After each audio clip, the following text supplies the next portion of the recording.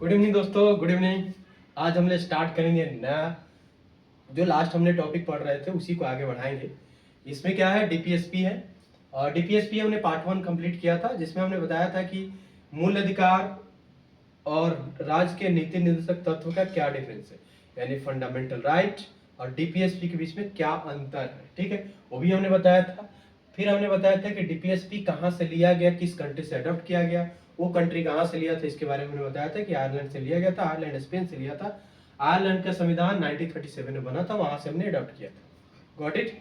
यहाँ तक हमने कंप्लीट कर लिया था। ये पार्ट 4 में आता है, 36 से लेकर के 51 आर्टिकल के बीच में आता है। आज हम लोग थोड़ा पढ़ लेंगे कि आर्टिकल्स में क्या कहता है, हर एक आर्टिकल्स के बारे में हम लोग थोड़ा थोड़ा पढ़ लेंगे। अब आते हैं कि आर्टिकल्स जो आता है, आर्टिकल 36 के बारे में बताते हैं। क्योंकि हमने बताया था डीपीएसपी जो है, डीपीएसपी 36 से लेकर के 51 के बीच में है आर्टिकल्स। ठीक है, तो 36 के बारे में, इसके बारे में हम लोग पढ़ते हैं। आर्टिकल 36 क्या बताता है कि डेफिनेशन, ये बताता है कि डेफिनेशन ऑफ स्टेट। ये क्या बताता है? डेफिनेशन ऑफ स्टेट, यानी स्टेट की परिभाषा, कोई भी राज्य की परिभाषा। आपको याद होगा कि हमने जब फंडामेंटल राइट पढ़ा रहे थे तो उसमें आर्टिकल 12 में बताया था कि आर्टिकल 12 बताता है किसी भी स्टेट की परिभाषा। ठीक है, तो अगर मान लो किसी क्वेश्चन में आ गया कि which article defined as state, definition of state, या स्टेट की डेफिनेशन क्या बताता है, या स्टेट के बारे में कौन सा आर्टिकल बताता है, तो आपका 36 तो है ही, लेकिन 12 भी है। ठीक है, 12 फंडामेंटल राइट में है, 36 क्या है, डीपीएसपी में। Got it. अब आते हैं 37 के बारे में। आर्टिकल क्या है? आर्टिकल 37 के बारे में। तो आर्टिकल 37 क्या कहता है कि apply the principle, applying applying the principle, applying the principle, principles, applying the principle in this parts। यानी ये क्या बताता है कि राज के सिद्धांत को बताता है कि लागू करना है कि नहीं करना है, यानी राज का सिद्धांत क्या होना चाहिए, लागू होना चाहिए कि नहीं होना चाहिए, इसके बारे में बताता है। ये बताता है कि सामाजिक सिद्धांत है एक टाइप का, राज जो है एक टाइप का सामाजिक सिद्धांत है। हमने बताया था कि कानून यानी गैर न्यायोचित है, हमने बताया था, यानी क्या कि सोशल वाला। ठीक है, जन कल्याण के लिए बात करता है राज। और हमने फंडामेंटल बताया था कि वो क्या है, न्यायिक है। ठीक है, न्यायिक का मतलब होता है कि जिसके लिए हम, अगर मेरा कोई प्रॉब्लम हो रहा है तो हम न्याय मांग सकते हैं। Got it. लेकिन स्टेट वाला क्या बताता है कि वहां पे डायरेक्ट आप सुप्रीम कोर्ट, हाई कोर्ट नहीं जा सकते इस टाइप के, तो इसलिए गैर न्यायोचित इसको बोला जाता है, क्योंकि स्टेट जब चाहेगा उसको बदलेगा। ठीक है, देखिए स्टेट का भी 37 आर्टिकल भी बताता है कि भाई स्टेट का काम है कि अपने राज्य में जन कल्याणकारी योजनाएं लाना। Got it. स्टेट का ये भी काम है कि अपने राज्य में जन कल्याणकारी योजनाएं लाना, यानी अपने राज्य को बढ़ाने के लिए जन कल्याण की जरूरत है। ठीक है, ये स्टेट का कर्तव्य है। ठीक है, अब आते हैं, इसके बाद आते हैं आर्टिकल 38। आर्टिकल 38 क्या बताता है? ये बताता है कि प्रमोटेड, ये बताता है कि प्रमोटेड, क्या बताता है?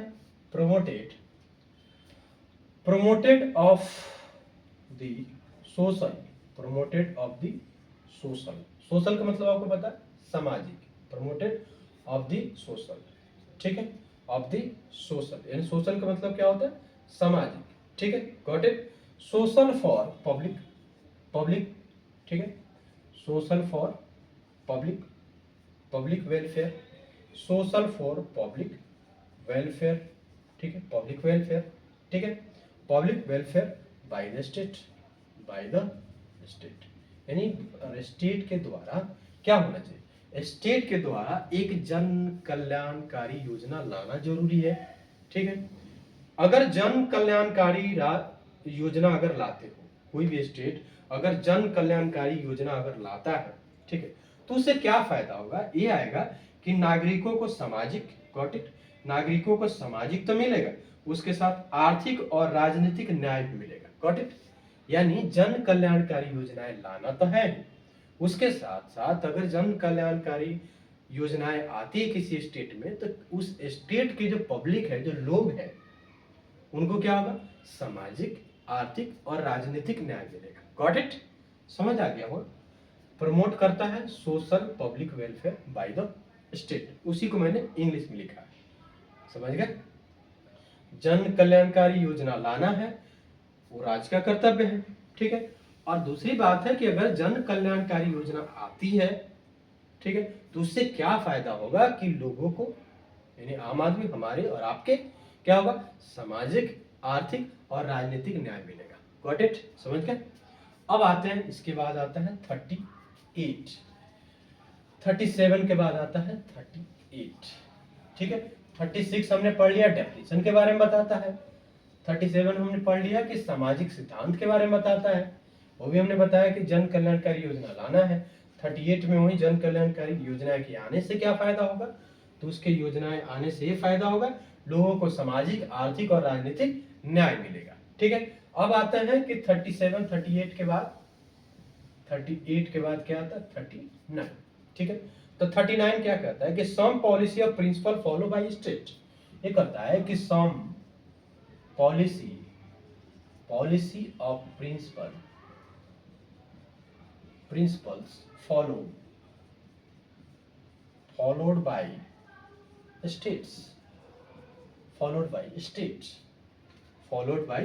states, ठीक है।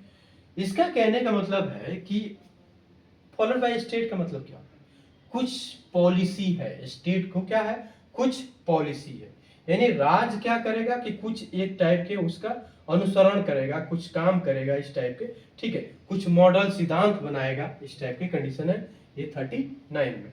39 में क्या बताता है कि कुछ मॉडल, कुछ सिद्धांत के बताएगा, और इसमें क्या होगा कि समाज को न्याय मिलना चाहिए, और निःशुल्क शिक्षा से रिलेटेड इसी में आ गया, ठीक है, ये सब आ गया इसी के अंदर।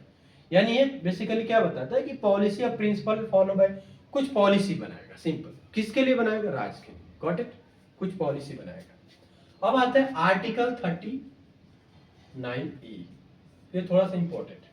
आर्टिकल 39A क्या बताता है कि equal justice and free legal act, ये बताता है कि equal justice and free legal aid, ये क्या बताता है, इक्वल जस्टिस का मतलब होता है न्याय, इक्वल का मतलब बराबर, सबके लिए न्याय बराबर। फ्री लीगल यानी क्या करेगा कि जो गरीब लोग हैं, जो मान लो कि गरीब हैं, जो अपने फी को अफोर्ड नहीं कर पाते हैं किसी एडवोकेट को, तो इसमें क्या करेगा, सामान्य या निःशुल्क क्या करेगा, न्याय के लिए निःशुल्क सपोर्ट होगा। यानी सिंपल बात है, आप देखते हो कि जैसे कोई गरीब पर्सन है और मान लो कि लीगल करवाई इस पे हुआ है, कुछ है, जेल चला गया इस टाइप, या कुछ ऐसा कंडीशन हो गया, तो गवर्नमेंट का काम है कि भाई अगर उसके पास पैसे नहीं है तो गवर्नमेंट क्या करेगा, गवर्नमेंट एडवोकेट को उनका केस ट्रांसफर करेगा, ये गवर्नमेंट का कर्तव्य है। तो उसके पास कुछ नहीं है, यानी अपना वकील रखने के लिए पैसा नहीं है उसके पास, तो क्या करेगा, न्याय तो मिलना चाहिए। तो क्या होगा कि गवर्नमेंट अपना खुद वकील एक हायर करेगा, ठीक है, और वो वकील क्या करेगा, फ्री एंड कॉस्ट उस पर्सन को, केस को आगे बढ़ाएगा, ठीक है, समझ गया। तो 39 ये बताता है।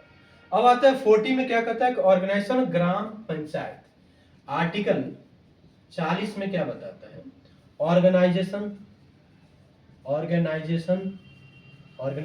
ऑफ, ये क्या बताता है, ऑर्गेनाइजेशन ग्राम पंचायत, ठीक है, पंचायत, ये क्या बताता है, ऑर्गेनाइजेशन ग्राम पंचायत, यानी ग्राम पंचायत की शुरुआत, यानी ग्राम से रिलेटेड जो बात आती है, यानी ग्राम पंचायत से रिलेटेड जो बात आती है, ठीक है, यानी ग्राम पंचायत संगठन से जो बात आती है वो किस में आता है, आर्टिकल 40 में आता है। एक्चुअली गांधी जी भी यही चाहते थे कि ग्राम क्या होना चाहिए, गांधी जी चाहते थे आजादी से पहले कि उनका सपना था कि अगर भारत आजाद होता है, जो होगा, उनका ये भी मानना था कि जो होगा, तो उस टाइम क्या किया जाएगा, जब भारत आजाद होगा तो डिसेंट्रलाइजेशन किया जाएगा। डिसेंट्रलाइजेशन का मतलब होता है कि यानी केंद्र के पास ही पावर ज्यादा नहीं होना चाहिए, पावर का डिवीजन होना चाहिए, विकेंद्रीकरण, शक्तियों का विकेंद्रीकरण, गॉट इट, डिसेंट्रलाइजेशन, शक्तियों का विकेंद्रीकरण, ठीक है। यानी पहले प्राइम मिनिस्टर होंगे तो सीएम होंगे, और फिर लास्ट में ग्राम पंचायत भी होगा। गांधी जी का ये भी सपना था कि अगर ग्राम पंचायत ग्राम लेवल पे हम डेवलप करते हैं, हर एक गांव में छोटे छोटे कुटीर उद्योग इस टाइप में स्टार्ट होता है, तो इससे बेनिफिट होगा कि ग्राम अगर एक छोटा सा मान लो वार्ड होता है ना, एक वार्ड डेवलप हुआ, और एक वार्ड डेवलप हुआ तो उसके आसपास एरिया वाले देख करके वो भी डेवलप होंगे। क्यों? क्योंकि वहां से अडॉप्ट करेंगे स्किल को। ठीक है, या मान लो कि उस वार्ड का अगर पर्सन कोई डेवलप होने का मतलब उसके पास पैसा फाइनेंशियली स्ट्रांग है, तो फाइनेंशियली स्ट्रांग है तो क्या करेगा, परचेज करेगा, बहुत ऐसे प्रोडक्ट को बाहर से खरीदेगा। मान लो कि दूर अगर जा रहा है तो ठीक है ना, आसपास ही खरीदने की कोशिश करेगा कि टाइम कम लगेगा। समझ रहे हो ना? यानी एक वार्ड अगर डेवलप हुआ, ठीक है, तो आसपास एरिया के वार्ड से क्या करेगा, सामान परचेज करेगा, क्योंकि उसके पास पैसा है। Got it? अब परचेज करेगा तो जिस वार्ड से खरीदा है, परचेज किया, उसको पैसा भी तो देगा, तो उसको पैसा दिया, तो जो पैसा देगा उस पर्सन को, जिसको मतलब सेकेंड वाला वार्ड को, मान लो कि आसपास वार्ड को पैसा दिया, तो पैसा क्या करेगा, वो ज्यादा से ज्यादा वो भी प्रोडक्ट उपजाएंगे या वो भी खरीदेंगे। ठीक है, या अपने बच्चों को पढ़ाएंगे या अच्छे से खाएंगे पिएंगे, कुछ तो करेंगे ना उस पैसा को। ठीक है, तो करेंगे तो क्या होगा कि धीरे धीरे वो भी, उनकी भी माइंडली डेवलप होगा कि भाई इस वार्ड के लोग इतना पैसा वाला कैसे हो गया, क्या काम करता है, तो भी सीखने की कोशिश करेगा। तो गांधी जी का ये मोटिव था कि एक वार्ड है, फिर पंचायत है, फिर जिला है, फिर एक स्टेट है, फिर कंट्री डेवलप होगा। Got it? समझ गए ना? मेरा कंसेप्ट समझाने का जो था वो समझ आ रहा है कि नहीं आ रहा है? लाइक करना, सब्सक्राइब करना। ठीक है, तो ये क्या था कि ग्राम पंचायत से रिलेटेड है। अब आते हैं आर्टिकल 41। आर्टिकल 41 क्या बताता है भाई? तो आर्टिकल 41 बताता है कि द राइट टू वर्क, काम करने का अधिकार। ठीक है, यानी क्या बताता है कि राइट टू वर्क। आर्टिकल 41 क्या बताता है? द राइट टू वर्क क्या बताता है कि काम करने का अधिकार, right to work, right to education, right to education, right to work, right to education, समझ के, right to education and public assistant, and public assistant. ठीक है, क्या करेगा, पब्लिक असिस्टेंट। ठीक है, in certain case, in certain case, कुछ case में, सर्टेन केसेस। ठीक है, right to education, okay, right to work, काम करने का अधिकार। ठीक है, राइट टू एजुकेशन, शिक्षा का अधिकार, काम करने का अधिकार, और क्या होगा, शिक्षा का अधिकार होगा। समझ गए? कुछ मामले में काम करने का, शिक्षा का, और सार्वजनिक सहायता का भी अधिकार, यानी पब्लिक असिस्टेंट इन केस, कुछ केस में सार्वजनिक सहायता भी करना है। किसको सहायता करना है? लोगों को। कौन करेगा? राज्य। समझ गए? काम का अधिकार तो मिलना चाहिए, शिक्षा का अधिकार भी इसी में आ जाता है। काम का अधिकार और शिक्षा का अधिकार आ गया, और सार्वजनिक सहायता भी करेगा स्टेट, किसको? लोगों को। Got it? अब आते हैं आर्टिकल 41। आर्टिकल 41 क्या बताता है? आर्टिकल 41 बताता है कि प्रोविजन फॉर जस्टिस, ये बताता है कि प्रोविजन फॉर जस्टिस, ठीक है, and human work, provision for justice and human work या वर्किंग लिख सकते हो, ह्यूमन वर्किंग। ठीक है, human working condition, maternity condition, human working condition, maternity समझते हो ना, वुमेन्स का जो लीव मिलता है, मैटरनिटी। ठीक है, मैटरनिटी,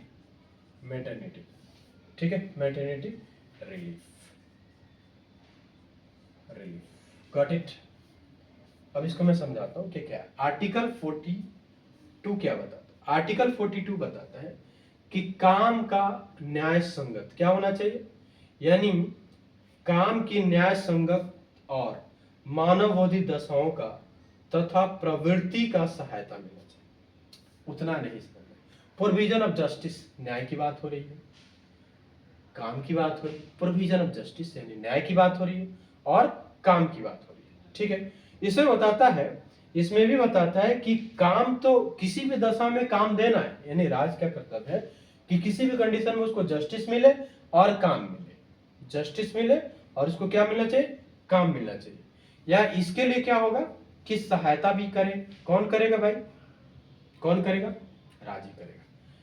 प्रोविजन ऑफ जस्टिस और वर्क की बात है, मैटरनिटी रिलीफ की बात हो रही, जो भी वुमेन्स मान लो प्रेग्नेंट होती हैं उनके कुछ रिलीफ मिलता है, छूट मिलता है इस टाइप के, तो मैटरनिटी रिलीफ से रिलेटेड आ गया, ठीक है, समझ गए यहाँ तक।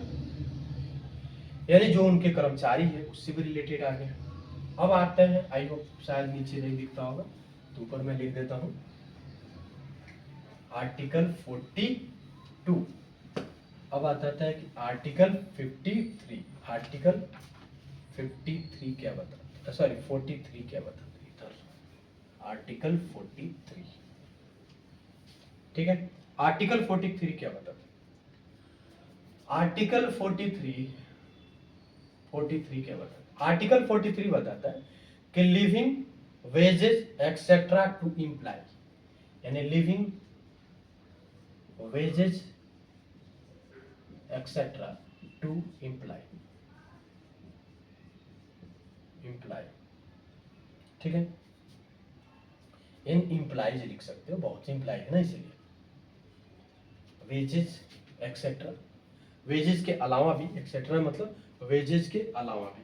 ये क्या बताता है कि काम करने वाले जो मजदूर हैं, जो भी मजदूर किसान है, छोटे छोटे उद्योग में काम करते हैं, तो छोटे कुटीर उद्योग को प्रोत्साहन करना, छोटे सिंपल समझो कि छोटे कुटीर का मतलब क्या होता है कि घर में अचार पापड़ की इस टाइप की करना, दूध की, हो गया, छोटे छोटे उद्योग है, ठीक है। अब बड़े लेवल मदर डेयरी नहीं बता रहा हूँ मैं बता रहा हूँ छोटे छोटे, दही वाला जैसे इकट्ठा करना, दूध 50-100 लीटर कहीं ला के भेजना, छोटे छोटे उद्योग। उसमें क्या है कि प्रमोशन यानी लोन देना, इस टाइप के सरकार का काम है, यानी किसको, राज्य का काम है, कुछ फैसिलिटी दे, ठीक है, सुविधा दे, रोड की सुविधा दे इस टाइप के, ताकि लोग को आने जाने में प्रॉब्लम ना हो, ठीक है, एक जगह से दूसरी जगह प्रोडक्ट अगर लेके जा रहे हो तो प्रॉब्लम ना हो, ये सब कंडीशन आता है। और कुछ वेजेज, वेतन, ये सब लाइवली, यानी ऐसा होना चाहिए कि भाई जीवन चल जाए या थोड़ा सा अपने बच्चों को पढ़ा पाए, इस टाइप की कंडीशन, ठीक। अब आता है आर्टिकल 43 ए। आर्टिकल 43 ए क्या बताता है, ये बताता है कि पार्टिसिपेशन, यानी पार्टिसिपेशन ऑफ वर्कर, यानी बताता है कि पार्टिसिपेशन मतलब भागीदारी, समझ गए, पार्टिसिपेशन ऑफ वर्क, ठीक है, works in management, works in क्या होना चाहिए, management, works in management of industries, यानी जो इंडस्ट्रीज के मैनेजमेंट में भी आप वर्कर का पार्टिसिपेशन होना चाहिए, ठीक है। इसका कहने का मतलब है कि इंडस्ट्री अगर कोई कंपनी चल रही है तो सिंपल बात है कि कंपनी केवल इंजीनियर और पैसे और मालिक से नहीं चलता, कंपनी वर्कर से भी चलता है, ठीक है। अगर मान लो सोचो कि वर्कर काम करना बंद कर दे, क्या कंपनी चल पाएगा, नहीं, कभी नहीं चलेगा। भारत हो या दुनिया में कोई भी कंपनी हो, किसी भी देश की कंपनी हो, कंपनी को चलाने के लिए पैसा की रिक्वायरमेंट है, उसके साथ साथ क्या होना चाहिए, वर्कर की रिक्वायरमेंट। यानी इसमें क्या है कि कोई कंपनी चलाने के लिए क्या चाहिए, लैंड, लेबर और कैपिटल और स्किल तो चाहिए ना, स्किल। कोई कंपनी के लिए क्या चाहिए, ये तो रिक्वायरमेंट है। लैंड, कहाँ कंपनी खोल रहे हो, लेबर, कौन काम कर रहा है, कैपिटल, पैसा, स्किल जब करोगे तो डेवलप होगा। मेन तो 3 है, आपके एनसीईआरटी अगर पढ़ोगे तो लैंड, लेबर और कैपिटल ही है, लेकिन स्किल भी है, ठीक है, स्किल भी है, समझ गए, ये भी है चौथा। और स्तंभ आता है किसी भी कंपनी को ओपन करके अगर चलाना है तो ये चाहिए। तो यहाँ पे देख रहे हो ना, लैंड, लेबर और वर्कर कैपिटल जितने भी है, तो इसमें क्या बता रहे हैं कि participation of workers in management of the industry, industry के मैनेजमेंट में वर्कर की भी भागीदारी होना चाहिए। Got it. अब आते हैं कि आर्टिकल 43 बी। आर्टिकल 43 बी क्या बताता है? ये बताता है इनकरेजमेंट टू कोऑपरेशन, इनकरेजमेंट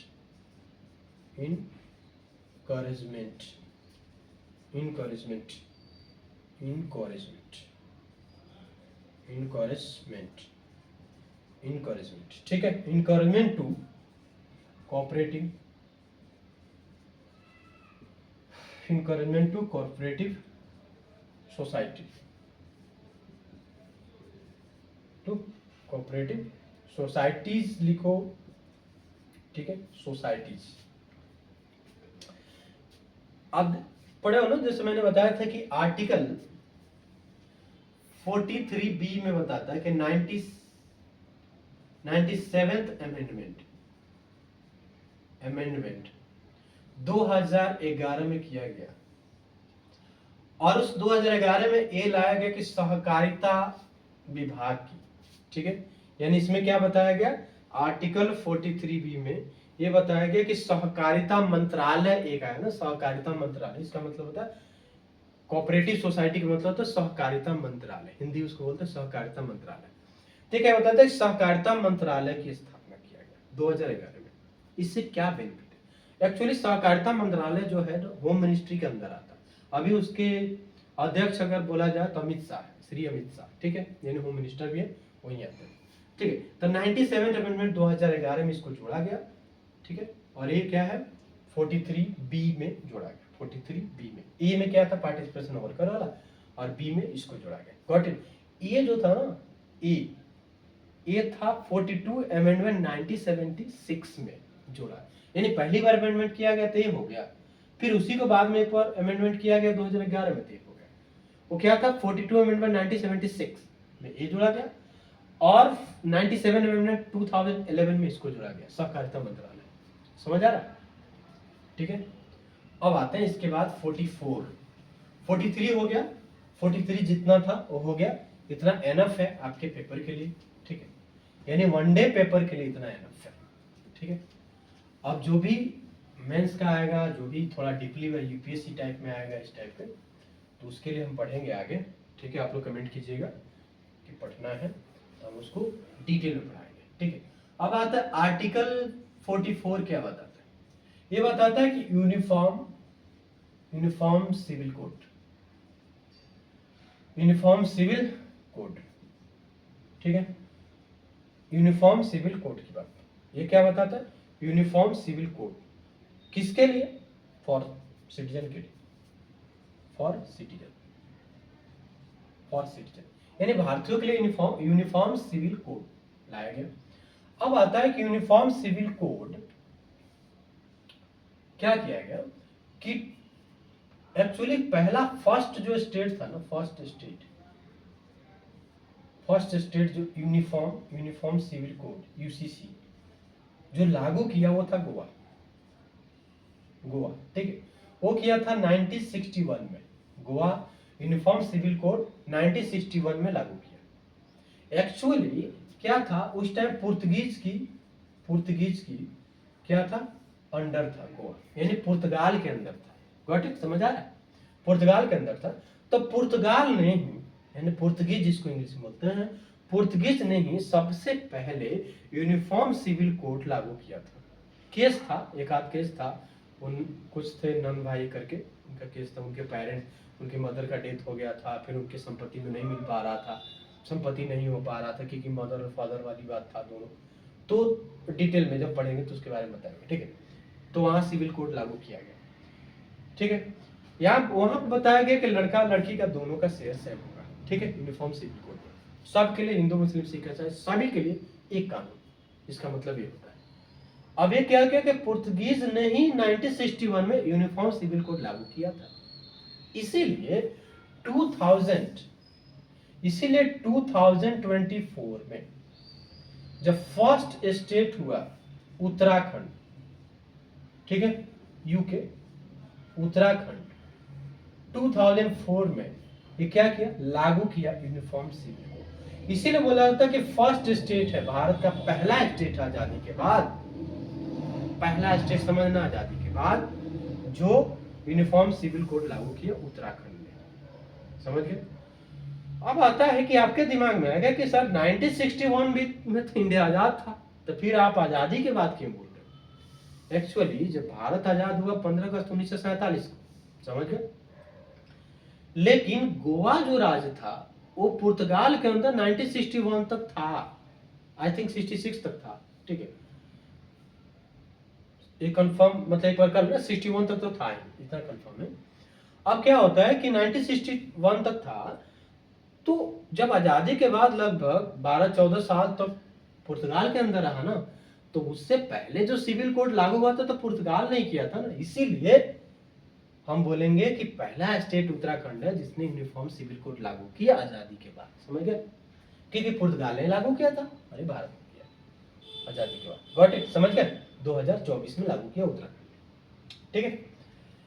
अब आते हैं आर्टिकल 45। आर्टिकल 45 के बाद, आर्टिकल 45 बताता है अर्ली चाइल्डहुड,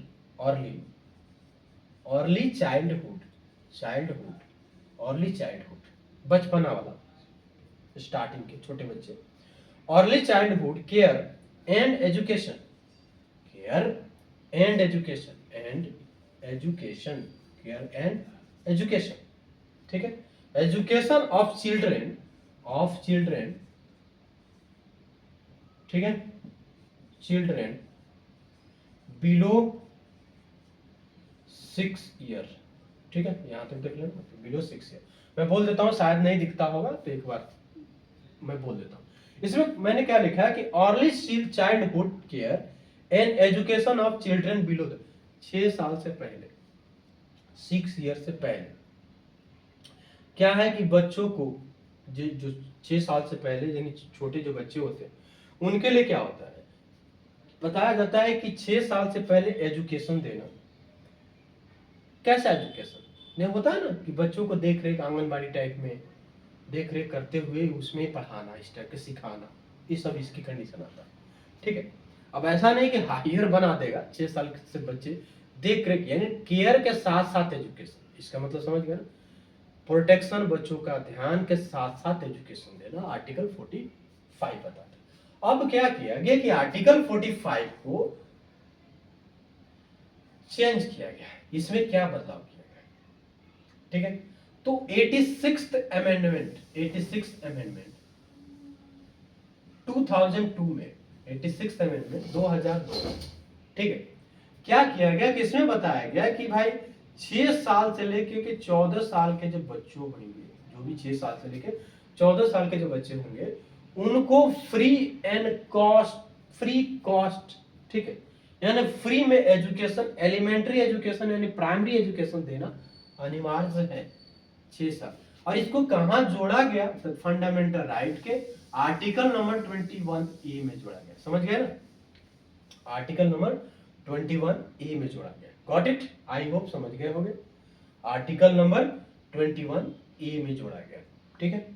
जीवन जीने का अधिकार जो आर्टिकल फंडामेंटल राइट बताता है ना 21, उसी में जोड़ा गया। समझ गए। 45 को अमेंडमेंट करके 2002 में एजुकेशन की राइट जो है, पहले क्या था, स्टेट का कर्तव्य था कि इतना देख रेख के साथ साथ एजुकेशन देना, लेकिन उसको क्या किया गया कि फंडामेंटल राइट बना दिया गया, यानी एक मूल अधिकार बना दिया, एक पर्सन के लिए, एक बच्चा के लिए एक फंडामेंटल राइट एजुकेशन वो लाया गया, ठीक है। समझ गए, आई होप समझ में आ रहा होगा। अब आते हैं आर्टिकल 45 के बाद आते हैं 46। आर्टिकल 45 के बाद क्या आता है, आर्टिकल 46, ठीक है। आर्टिकल 46 इसमें भी थोड़ा एजुकेशन की बात कर रहा है। क्या कर रहा है भाई, इसके बारे में देखते हैं। आर्टिकल 46, आर्टिकल 46 क्या बताता है, the education and economic interest. Article 46 बताता है द एजुकेशन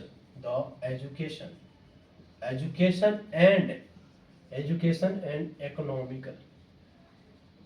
इकोनॉमिकल या इकोनॉमिक्स इंटरेस्ट, इंटरेस्ट पता था कि एजुकेशन एंड इकोनॉमिकल, एजुकेशन मतलब शिक्षा, इकोनॉमिकल मतलब आर्थिक इंटरेस्ट, आर्थिक इंटरेस्ट, ठीक है। Education and economical interest of weaker section, of weaker section, of क्या होना चाहिए, weaker section, of weaker section, कमजोर वर्गों को, कमजोर वर्ग समझते हो ना, गरीब को, कमजोर वर्गों को ऑफ, किसको, कमजोर वर्ग में क्या आते हैं भारत में, ज्यादातर के एससी और एसटी कैटेगरी के आते हैं। जरूरी नहीं है कि पूरे एससी और एसटी, जरूरी नहीं है, नॉट नेसेसरी, बट ज्यादातर के, मेरा कहने का मतलब ज्यादातर के, ठीक है।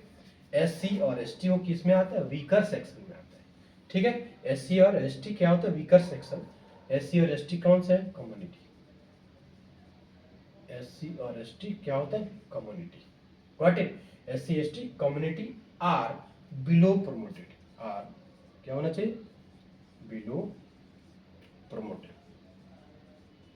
Below promoted. क्या होता है इसमें, कहता है कि education, of course education, economic, यानी सिंपल बात है कि एजुकेशन दो और वीकर सेक्शन कम्युनिटी को प्रमोट करो, आगे बढ़ाओ, सिंपल। जो भी कमजोर वर्ग हैं उनको आगे बढ़ाना, ठीक है। एससी और एसटी को खास करके आगे बढ़ाना, ठीक है। ये आर्टिकल में ये दिया, लेकिन ऐसा नहीं है कि अभी जैसे ओबीसी या इकोनॉमिकल बैकवर्ड क्लास को जो भी 103 अमेंडमेंट 2019 में जो जनरल को जो रिजर्वेशन मिला, उनके लिए नहीं है, उनके लिए भी है, बट वो आर्टिकल्स के अंदर नहीं दिया, ठीक है, यानी डीपीएसपी के अंदर नहीं है। वो क्या है, आर्टिकल 16 के अंदर है, फंडामेंटल राइट के अंदर है, 15 और 16 दोनों के अंदर है, ठीक है। अब आता है आर्टिकल 47। आर्टिकल 47 क्या बताता है कि टू राइजेज, यानी to raises the level, to raises the level, to raises the level, ठीक है, टू राइजेज द लेवल, ठीक है, to raises the level of nutrition, of nutrition, of nutrition, समझिए न्यूट्रिशन का मतलब क्या होता है, न्यूट्रिशन खाद्य पदार्थ जो विटामिन वाला हो, न्यूट्रिशन ऑफ न्यूट्रिशन, इंप्रूव, यानी improve of nutrition, improve the, improve the quality, improve the quality, यानी बेस्ट क्वालिटी का, अच्छा क्वालिटी का होना चाहिए। न्यूट्रिशन इंप्रूव द क्वालिटी, यानी बेस्ट क्वालिटी होना चाहिए। क्वालिटी ऑफ क्या होना चाहिए, life, quality of life, and improve, and improve, and improve, improve the, and improve the क्या होना चाहिए, condition of public health, condition, condition of public health, of public, मैं ऊपर लिख देता हूँ, आई थिंक कटता होगा इसलिए मैं ऊपर लिख देता हूँ इसको, ठीक है, क्योंकि थोड़ा सा इंपॉर्टेंट है, तो इसको कट जाएगा तो फिर प्रॉब्लम हो जाएगा, मैं इसको ऊपर लिख देता हूँ, ठीक है, इसको मैं ऊपर लिख देता हूँ। आर्टिकल 47, आर्टिकल 47, आर्टिकल 47 क्या बताता, आर्टिकल 47 बताता टू राइजेस, टू राइजेस बढ़ावा, राइजेस का मतलब बढ़ावा, लेवल ऑफ, लेवल ऑफ किस चीज का भाई, to raises level of nutrition, level of nutrition, improve nutrition, improve, ठीक है, improve the quality, improve the quality, improve the quality, quality of life, quality of life, and improve, and quality of life, and improve the condition, improve the condition, improve the condition, improve the क्या होना चाहिए, condition of public health, condition of public, condition of public health, ठीक है, public health, ठीक है, समझ गए। ये क्या होता है कि ड्यूटी ऑफ किस, इधर लिख देना, duty public health, duty of government, public health duty of government, ठीक है, duty of concern government, concern government, मैं इसके बारे में बता।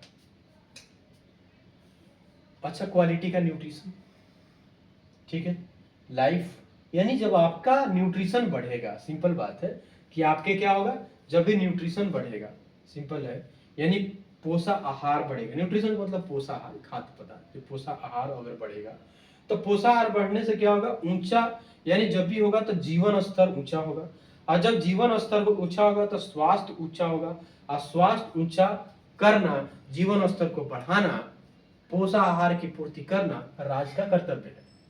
यानी सिंपल बात है, कहता है कि किसी पर्सन के, किसी गरीब से गरीब आदमी को जीवन स्तर, पोषाहार की आपूर्ति, बेस्ट क्वालिटी ऑफ लाइफ देना राज्य का कर्तव्य है।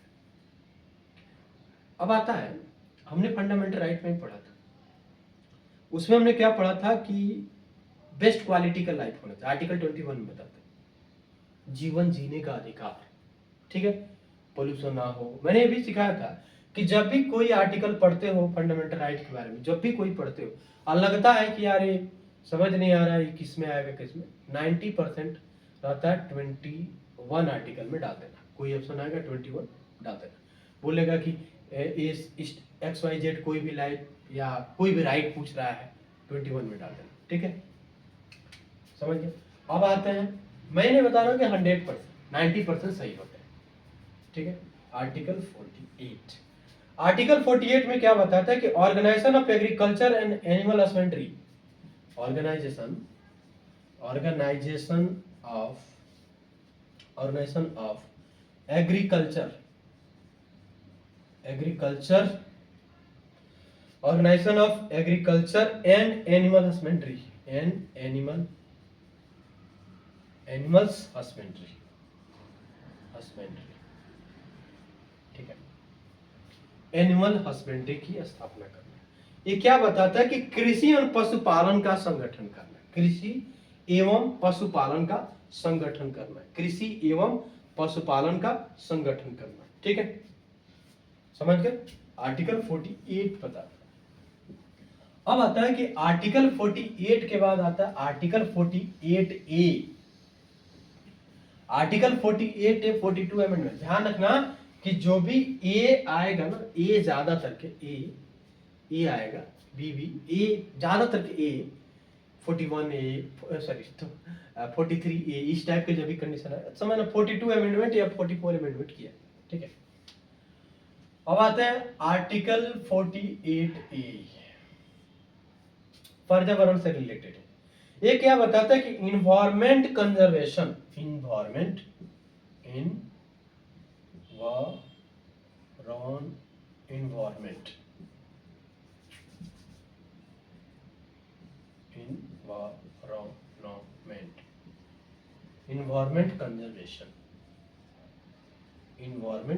कंजर्वेशन, पर्यावरण संरक्षण। इन्वायरमेंट कंजर्वेशन का मतलब पर्यावरण संरक्षण। Enhance and protected of forest, enhance and protection of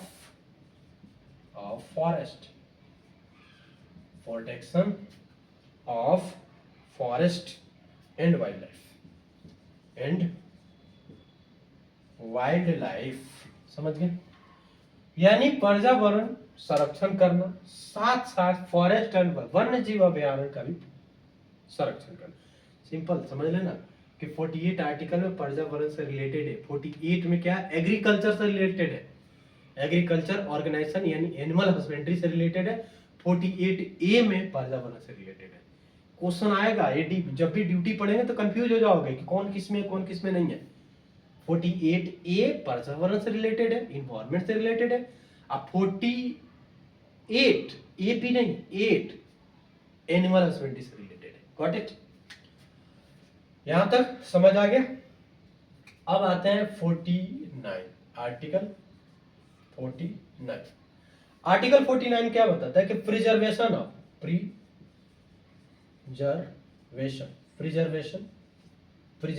of of monument, ठीक है, प्रिजर्वेशन ऑफ क्या होना चाहिए, मोनुमेंट, मोनुमेंट समझते हैं ना, मोनुमेंट्स पुराने, ठीक है, monuments places,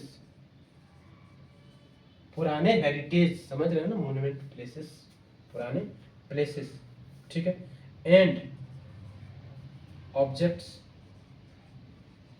and objects of national importance, of national importance, importance, ठीक है, नेशनल इंपॉर्टेंस क्या बताता है 49 में बताता है, कहता है कि राष्ट्रीय महत्व के स्मारक, स्थान और वस्तुओं का संरक्षण करना, राष्ट्रीय महत्व का स्मारक, मोनुमेंट स्मारक, स्थान और वस्तुओं का, ऑब्जेक्ट्स का इंपॉर्टेंस समझना, यानी उसकी संरक्षण करना, ठीक है।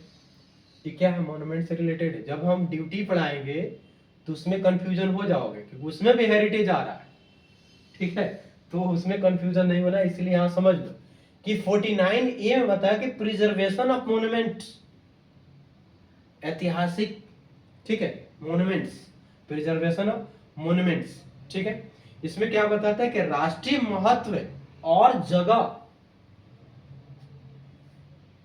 और नेशनल जो महत्व की चीज है उसको संरक्षण करना, ठीक है, जैसे लाल किला तोड़ देना, इसके अंदर आता है कि लाल किला का तोड़ दिया, क्या है, नेशनल क्या है, महत्व है, राष्ट्रीय महत्व वाली चीज है, तो उसको प्रोटेक्शन करना, नहीं तोड़ना नहीं है, उसको प्रोटेक्शन करना, समझ गए। इंडिया गेट को जो जो इंपॉर्टेंस है, आप कुतुब मीनार ले लो, इंडिया गेट ले लो, ताजमहल ले लो, इस टाइप के प्रोटेक्शन देना, ठीक है, ये भी राज्य का कर्तव्य है, जिस राज्य में है उसका कर्तव्य है कि उसको प्रोटेक्शन देना। अब आते हैं, ठीक है, अब आते हैं आर्टिकल 50 एंड 51, बस कंप्लीट अपना डीपीएसपी जितना हमने कराया, अगर उसको कर लोगे तो फिर भी क्वेश्चन आप टिक कर लोगे, क्वेश्चन आप टिक कर लोगे, समझ गए, टिक हो जाएगा आपसे क्वेश्चन। अब आता है कि आर्टिकल 50, आर्टिकल 50 क्या बताता है कि सेपरेशन ऑफ जुडिशियरी, ये ध्यान रखना, यूपीएससी में आया है, separation of judiciary, separation of judiciary, न्यायपालिका को सेपरेशन, विभाजन, separation of judiciary from the executive, from the executive यानी कार्यपालिका और न्यायपालिका का विभाजन, कार्यपालिका अलग है। यहां समझ लो कि क्या होता है कि जैसे ये मान लो ट्रायंगल होता है, यहां पे होता है लेजिस्लेटिव, ठीक है, और यहां होता है एक्सिक्यूटिव, और यहां होता है जुडिशियरी, ठीक है, जुडिशियरी। ध्यान रखना कि लेजिस्लेटिव कोई भी कानून बनाता है, इसको बोलते हैं विधायिका, कार्यपालिका और न्यायपालिका, ठीक है, एक दूसरे को ध्यान में, एक दूसरे पे डिपेंडेंट रखता है, एक दूसरे को ध्यान में रखता है। लेजिस्लेटिव यानी विधायिका ने कोई कानून बनाया तो कार्यपालिका में क्या क्या आता है, प्रधानमंत्री, ये जो जितने होते हैं ऑफिसर्स, आईएएस आईपीएस जितने भी हो एक्सिक्यूटिव के अंदर आते हैं, ये मिनिस्टर्स एक्सिक्यूटिव के अंदर आते हैं, कार्यपालिका के। बाकी जो विधायिका जो कानून बनाती है राज्यसभा ये सब में, तो विधायिका अलग है, लेजिस्लेटिव, ठीक, जहां कानून बन रहा है। यहाँ पे क्या हो रहा है, कानून को पालन किया जा रहा है, और ये क्या करता है, देखता है। जुडिशियरी का काम है ऊपर से बैठ के देख रहा है कि भाई कहाँ गलत हो रहा है।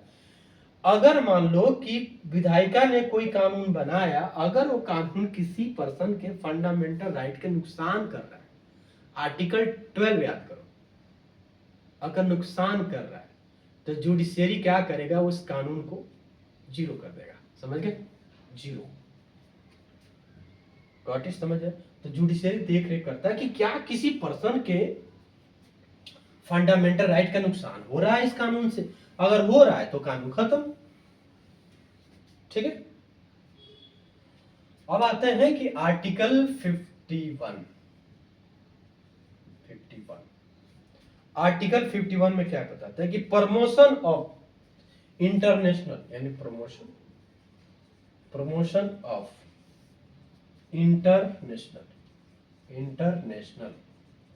इंटरनेशनल का मतलब समझते हैं ना, विदेश, बाहर, बाहर country. International peace, peace, peace and security, security, peace and security क्या बताता है कि अंतरराष्ट्रीय शांति और सुरक्षा की अभिवृद्धि। अब देखो, मान लिया कि अपना एक कानून, अपना एक सोचो कि अपना भारत कितना दमदार कंट्री है। क्या बताता है कि promotion of international peace, Bharat ही नहीं इंटरनेशनली अंतरराष्ट्रीय पीस की बात करता है, शांति की बात करता है, सिक्योरिटी की बात करता है, सुरक्षा की बात करता है, जो अपने भारत की डीपीएसपी में आर्टिकल 51 में ही दिया गया है। कितनी बड़ी बात है।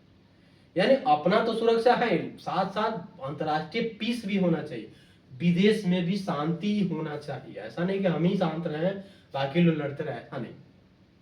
समझ गए? आई होप जितना हमने समझाया वो आपको समझ में आया होगा।